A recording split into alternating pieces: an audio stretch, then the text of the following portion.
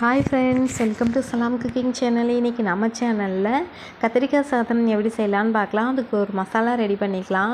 ஒரு வடசட்டியில் 2 பட்டை, 2 கிராம்பு, 2 ஏலக்காய், 3 வரமிளகாய், 1/4 டேபிள் ஸ்பூன் மிளகு, 1/2 டேபிள் ஸ்பூன் சோம்பு, 1/2 டேபிள் ஸ்பூன் ஜீரகம், 1 டேபிள் ஸ்பூன் முழு மல்லி, 1 கொத்து கருவேப்பிலை, 1/4 மூடி தேங்காவை சின்ன சின்ன பீசஸாக கட் பண்ணி போட்டிருக்கேன். இப்போ போட்டு எல்லாத்தையும் ஒரு 2 நிமிஷம் நல்லா செவக்க வறுத்துக்கலாம். இப்போ வறுத்தது எல்லாத்தையும் ஒரு மிக்சியில் பவுட்ரு பண்ணி அரைச்சி எடுத்து வச்சுக்கோங்க. இப்போ ஒரு குக்கரில் 5 டேபிள் ஸ்பூன் எண்ணெய் ஊற்றிக்கோங்க. எண்ணெய் நல்லா காஞ்சதும் கொஞ்சமாக கடுகு, 1 கொத்து கருவேப்பிலை ஆட் பண்ணிக்கிறேன்.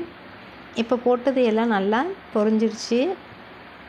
இப்போ அதோட ஒரு பெரிய வெங்காயம் மீடியம் சைஸில் எடுத்திருக்கேன். அதை சின்ன சின்ன பீசஸாக கட் பண்ணி போட்டிருக்கேன். வெங்காயத்தை நல்லா பச்சை வாசனை போகிற அளவுக்கு வதக்கி விட்டுக்கலாம். இப்போ வெங்காயம் நல்லா வதங்கிருச்சு.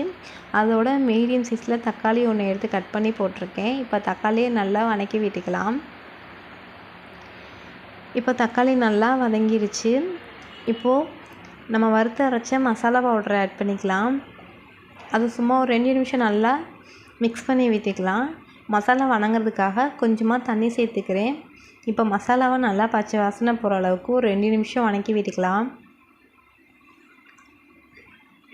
இப்போ மசாலா நல்லா வதங்கி எண்ணெய் பிரிஞ்சு வந்துருச்சு. இந்த ஸ்டேஜில் நான் கத்திரிக்காய் 2 கட் பண்ணி போட்டிருக்கேன் நீள் வாக்கில்.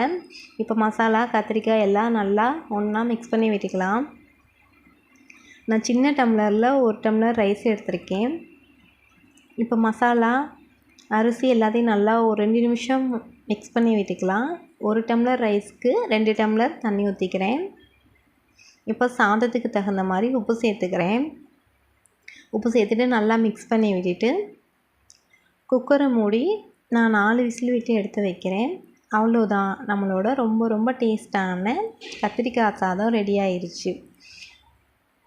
ஒரு தடவை செஞ்சு பார்த்து எப்படி வந்துச்சுன்னு கமெண்ட் பண்ணுங்கள். வீடியோ பிடிச்சிருந்தா லைக் பண்ணி ஷேர் பண்ணி சப்ஸ்கிரைப் பண்ணுங்கள். தேங்க்யூ ஃபார் வாட்சிங்.